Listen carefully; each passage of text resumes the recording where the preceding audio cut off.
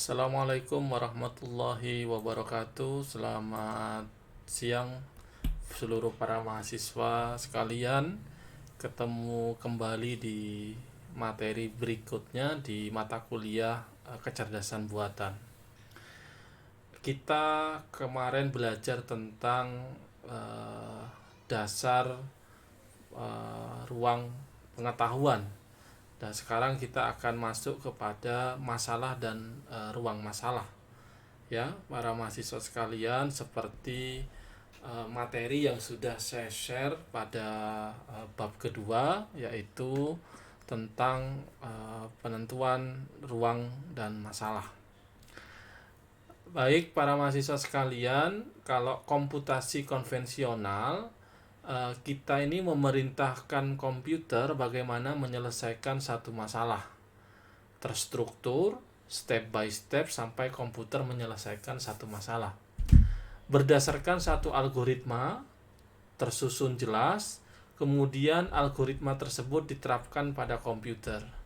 Jadi apa yang ingin sudah dirancang itu sudah ada dalam tahapan-tahapan yang terstruktur. Nah, sedangkan komputasi cerdas didasarkan pada representasi dan manipulasi simbol. Jadi simbol bisa berupa huruf, kata, bilangan yang digunakan untuk menggambarkan objek, proses, atau hubungan objek dengan proses. Objek bisa orang, bisa benda, bisa ide, atau peristiwa lainnya. Algoritmanya masih tetap digunakan. Jadi komputasi cerdas selalu seperti materi-materi sebelumnya tentang kelebihan dari kecerdasan buatan. Nah, cara software AI itu bekerja, AI itu dapat melakukan penalaran dan menarik kesimpulan dari pengalamannya. Hal itu dilakukan dengan teknik pelacakan searching atau pencocokan pola atau pattern matching. Ya. Nah, yang ketiga, dari sisi informasi awal software AI itu melacak basis pengetahuan di dalam database-nya untuk mencari pola kondisi yang spesifik. Yang terakhir, mencocokkan kriteria yang sesuai dengan basis pengetahuan yang dimilikinya. Nah, apa itu sih ruang masalah ya? Masalah utama dalam membangun sistem berbasis AI adalah bagaimana mengkonversi situasi yang diberikan ke dalam situasi yang lain yang diinginkan menggunakan sekumpulan operasi tertentu. Yang kedua, ruang keadaan itu adalah suatu ruang yang berisi semua keadaan yang mungkin, kemungkinan-kemungkinan yang bisa terjadi. Nah, ini ada pada satu ruang yang berisi keadaan kemungkinan atau probabilitasnya. Nah, bagaimana cara mendefinisikan masalah sebagai ruang keadaan? Yang pertama, mendefinisikan suatu ruang keadaan. Yang kedua, menetapkan satu atau lebih keadaan awal. Yang ketiga, menetapkan satu atau lebih tujuan. Yang keempat, menetapkan kumpulan aturan-aturan yang berlaku. Baik, para mahasiswa sekalian, kalau kita lihat dari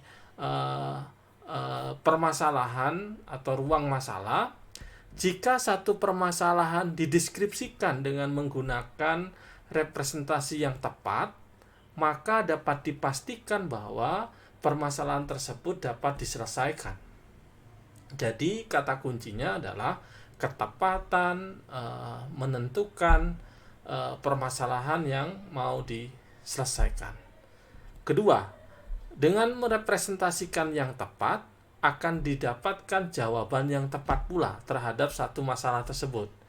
Yang ketiga, bagaimana membangun sistem kecerdasan buatan ini membutuhkan beberapa pertanyaan-pertanyaan mendasar tentang pengetahuan. Ya, misalnya pengetahuan apa yang terlibat di dalamnya, bagaimana seharusnya pengetahuan direpresentasikan, berapa pengetahuan yang dibutuhkan, dan yang mana yang benar-benar dibutuhkan. Jadi misalnya yang supaya Anda punya gambaran, kita ambil contoh misalnya pada studi kasus sistem pakar gitu ya. sistem pakar diagnosa penyakit jantung misalnya. Nah, karena yang diadopsi adalah kepakaran seseorang atau expertnya adalah dokter, maka bagaimana kita mengatur pengetahuan seorang dokter itu kita record, kita catat, didefinisikan, dideskripsikan dengan memberikan sebuah umpan pertanyaan-pertanyaan, sehingga nanti kita akan kenal di pendekatan kecerdasan buatan khususnya di sistem pakar itu ada basis pengetahuannya, juga ada basis cara proses pencariannya juga. Nah, untuk menentukan apakah dari awal sampai akhir atau dari belakang ke depan. Nah, adik-adik sekalian, secara singkat, representasi pengetahuan itu diklasifikasikan menjadi 4 kategori. Yang pertama adalah representasi logika. Nah, representasi jenis ini menggunakan ekspresi-ekspresi dalam logika formal untuk mempresentasikan basis pengetahuan tadi. Jadi pengetahuan-pengetahuan yang didapat khususnya penyakit jantung itu direpresentasikan. Kedua, representasi prosedural. Ini menggambarkan pengetahuan sebagai kumpulan instruksi untuk memecahkan satu problem. Yang ketiga adalah representasi network. Ini menangkap pengetahuan sebagai sebuah graf di mana simpul-simpul menggambarkan objek atau konsep dari problema yang dihadapi, sedangkan edge-nya menggambarkan hubungan atau asosiasi antara mereka. Yang terakhir adalah representasi terstruktur. Nah, representasi terstruktur ini memperluas network dengan cara membuat sebuah simpulan menjadi sebuah struktur yang data kompleks. Nah, mari kita lihat contoh misalnya. Contoh fakta sederhana yang kita representasikan secara logika. Helder adalah anjing. Fakta dalam bahasa Inggris bahwa dapat dipresentasikan secara logika bahwa anjing itu adalah helder. Jadi anjing itu ya helder gitu ya. Kita juga dapat merepresentasikan secara logik fakta lain, yaitu dengan semua anjing mempunyai ekor misalnya. Jadi pengembangan. Jadi anjing X berekor gitu. Kemudian secara deduktif, penalaran dimulai dari prinsip umum untuk mendapatkan konklusi secara khusus. Dari mekanisme logik ini kita bisa mendapatkan representasi baru. Misalnya berekor anjing. Nah, dengan menggunakan fungsi mapping secara Batchword, kita dapat mengenerate kalimat dalam bahasa Inggris itu helder berekor misalnya. Jadi itu adalah simpulan dari contoh logika. Nah, ini contoh representasi pengetahuan dalam prolog. Ada Labiba, Raihan punya anak Afif, Farhan, dan Arfan. Ini adalah yang perempuan, Farah, Naura. Nah, tree, sebuah silsilah keluarga. Dari tree ini model tree, misalnya putra, yang laki, Labiba, Raihan, itu putra, Raihan, Afif ya. Yang ketiga yaitu Afif, Farhan, terus Afif, Arfan. Sedangkan yang putrinya adalah Raihan, Farah, terus putrinya juga Farah, Naura. Nah, itulah sebuah silsilah dari sisi keturunan anak laki-laki dan perempuan. Ini contoh dalam model prolog. Nah, adik-adik sekalian, para mahasiswa yang saya banggakan, contoh permasalahan ini adalah ada contoh klasik permasalahan dalam AI itu. Contohnya misalnya ada 2 ember air. Diberikan 2 ember air, contoh ini ya, yang berkapasitas 8 liter dan 6 liter. Jadi ada 2 ember air, satunya kapasitasnya 8 liter, satunya adalah 6 liter. Kita dapat mengisi 1 ember dari ember lainnya. Jadi bisa dari ember-ember lainnya. Dan proses penakarannya hanya dengan memakai 2 ember tersebut. Bagaimana kita mengisi tepat 4 liter dalam ember 8 liter? Yang ketiga, ayo asumsikan tidak boleh ada air yang hilang dalam proses penakaran tersebut. Dan bagaimana menyelesaikan permasalahan seperti contoh ini? Nah, langkah penyelesaiannya menentukan actionnya, problemnya, yang bisa mengubah kondisi pada kedua ember dalam bentuk rule atau tree diagram. Jadi bagaimana aturannya? Contoh misalnya kemungkinan aksi-aksi. Jadi kemungkinan yang terjadi kita coba tuliskan. Isi ember 8 liter, oke. Isi ember 6 liter, atau kosongkan ember 8 liter, atau kosongkan ember 6 liter. Atau cara berikutnya, isikan seluruh air dalam ember 8 liter ke 6 liter. Logiknya akan tersisa 2 liter. Isikan seluruh air ke dalam ember 6 liter atau ke dalam yang 8 liter. Sehingga masih tersisa yang di 8 liter kurang 2 liter. Atau penuhi ember 8 liter dari 6 liter. Atau penuhi ember dari 6 liter dari 8 liter. Nah, ini beberapa kemungkinan yang bisa terjadi. Nah, contoh kasus pengisian air ini ya. Ada 2 buah gelas, kalau tadi 2 ember. Masing-masing berkapasitas 4 liter dan satunya 3 liter yang semula isinya adalah kosong. Jadi awalnya kosong mau diisi 4 liter dan 3 liter. Pada kedua gelas tersebut tidak ada tanda ukuran. Jadi nggak ada ukurannya 4 liter sampai di mana. Kapasitasnya hanya ditentukan bahwa kapasitasnya ini 4 liter, satunya 3 liter.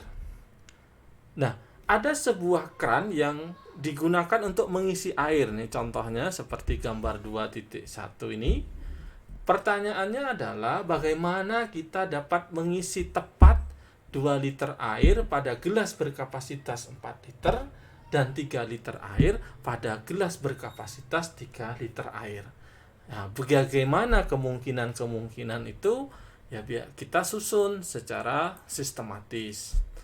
Ya, pertama kita bisa mendeskripsikan X itu adalah volume dari gelas 4 liter dan Y itu adalah volume dari gelas 3 liter. Jadi yang ke kanan, ke samping baris ini adalah gelas 1, 2, 3, sedangkan yang ini adalah gelas yang 4 liter. Nah, ruang keadaannya untuk masalah ini dapat digambarkan sebagai himpunan pasangan bilangan bulat X, Y yang berturut-turut sehingga X sama dengan 0, 1, 2, sampai 4 dan Y sama dengan 0 sampai 3. Nah, dari sini apakah sudah paham beberapa studi kasus ini? Ini masih dalam bentuk tataran teoritis. Nanti bagaimana dengan model dalam programmingnya supaya kita bisa merasakan juga bagaimana cara mengcoding beberapa aplikasi di AI. Nanti kita akan coba kenalkan dengan menggunakan bahasa Python supaya Anda adik-adik sekalian bisa merasakan logika menyelesaikan permasalahan-permasalahan dengan menggunakan pendekatan AI. Nah, contoh kasus pengisian air. Keadaan awal tadi adalah 00. Tujuannya adalah goalnya itu adalah X sama dengan 2 liter dan Y sama dengan 3 liter. Jadi maka dinyatakan 2.3. Jadi di sini solusi yang diinginkan 2.3. Seperti pertanyaan di awalnya. Bagaimana kita mendapat mengisi tepat 2 liter air pada gelas berkapasitas 4 liter dan 3 liter air pada gelas berkapasitas 3 liter 2,3. Nah, ini contoh beberapa pengisian aturan-aturan kemungkinan. Isi penuh gelas, kosongkan ini, tuangkan sebagian, tuangkan seluruh, tuangkan keseluruhan. Ini beberapa kemungkinan yang terjadi. Sehingga kalau dibuat sebuah solusi penerapan dalam pemrograman AI-nya seperti goalnya tadi tetap adalah 2,3. Maka solusinya ada pada aturan yang ke-6. Apa aturan yang ke-6? Tuangkan sebagian isi gelas berkapasitas 4 liter ke gelas berkapasitas 3 liter. hingga gelas berkapasitas 3 liter penuh. Nah, jika X plus Y lebih besar dari 3, dan X-nya adalah 0, maka Y-nya adalah 3. Nah, jadi 2,3 itu adalah solusinya. Atau problem lain seperti di buku kita, di modul kita, misalnya adalah seorang petani akan menyeberangkan seekor kambing, ya, seekor serigala, dan sayur mayur dengan sebuah perahu melalui sungai. Ada 3 hal. Perahu hanya bisa memuat petani dan 1 penumpang lainnya. Itu constraint-nya. Nah, constraint itu adalah batasan. Jika petani menyeberangkan serigala, sayur akan dimakan kambing. Jika petani menyeberangkan sayur, maka kambing akan dimakan serigala. Nah, ini problem ini. Bagaimana solusinya? Maka kita lihat. Permasalahan ini dapat dilambangkan dalam jumlah kambing, jumlah serigala, jumlah sayuran, dan jumlah petani. Kalau dari awalnya ada semua 1, 1, 1, 1, terus diseberang nanti akan menjadi 0, 0, 0, sehingga tujuannya adalah daerah asal nanti akan jadi 0, 0, daerah seberang akan menjadi 1, 1, 1. Itu kebalikannya. Aturan yang pertama, kambing menyeberang. 2, sayuran menyeberang. 3, serigala menyeberang. 4, kambing kembali, sayuran kembali, serigala kembali, but kembali. Nah, jadi solusinya adalah 0, 0, 0, 0, 1, 1, 1. Nah, bagaimana modelnya? Kita bisa merepresentasikan ini dalam bentuk graf, pohon pelacakan, dan seterusnya. Ini adalah model grafnya.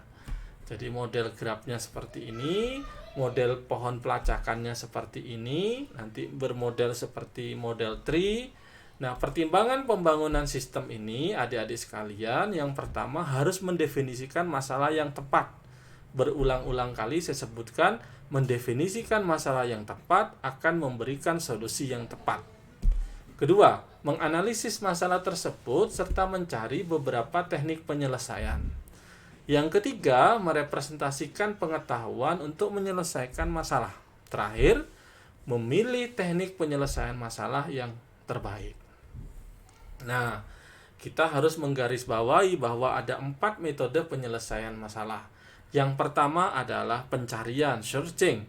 Yang kedua adalah penalaran, reasoning. Yang ketiga adalah planning, perencanaan. Yang keempat adalah learning, proses pembelajaran.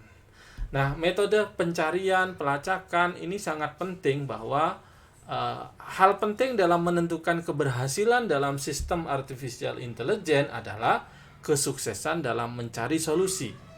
Nah, pencarian itu sama dengan proses mencari solusi dari satu masalah melalui sekumpulan kemungkinan yang terjadi, state space. Yang ketiga, ruang keadaan masalah merupakan satu ruang yang berisi keadaan yang mungkin terjadi. Dan yang terakhir, metode pencarian pelacakan itu harus mengukur kinerja dari metode pencarian tersebut. Salah satunya supaya kita mampu membuat sebuah kriterianya, yang pertama adalah competence. Ada metode disebut menjamin penemuan solusi. Yang kedua adalah time complexity. Berapa lama waktu yang diperlukan? Yang ketiga, space complexity. Berapa banyak memori yang diperlukan? Terus yang keempat adalah optimality. Apakah metode tersebut menjamin penemuan solusi yang terbaik jika terdapat beberapa solusi yang berbeda? Artinya apakah lebih cepat, lebih mudah, dan seterusnya. Nah, jadi adik-adik sekalian, langkah-langkah dalam teknik searching biasanya mendefinisikan ruang masalah atau ruang keadaan untuk satu masalah. Yang kedua, mendefinisikan aturan produksi yang digunakan menggunakan state ke state yang lainnya. Yang terakhir, memilih metode pencarian yang tepat sehingga dapat menemukan solusi yang terbaik. Kesimpulannya, jika satu permasalahan dideskripsikan dengan menggunakan representasi yang tepat, maka dapat dipastikan bahwa permasalahan dapat diselesaikan. Dengan representasi yang tepat, akan didapatkan jawaban yang tepat pula terhadap satu permasalahan. Terakhir, membangun sebuah sistem kecerdasan buatan membutuhkan beberapa pertanyaan mendasar tentang kebutuhan. Beberapanya adalah pengetahuan apa yang terlibat, bagaimana seharusnya pengetahuan direpresentasikan, berapa pengetahuan yang dibutuhkan, dan yang mana yang benar-benar dibutuhkan. Jadi secara umum teorinya seperti itu, mohon dibaca diulang-ulang. Nanti kita akan coba implementasikan supaya Anda paham terhadap materi sesungguhnya ini. Ini maksudnya apa? Jadi demikian dulu adik-adik sekalian tentang materi representasi pengetahuan ruang dan masalah, dan lebihnya saya mohon maaf. Wallahu muwaffiq ila aqwamit thoriq. Wassalamualaikum warahmatullahi wabarakatuh.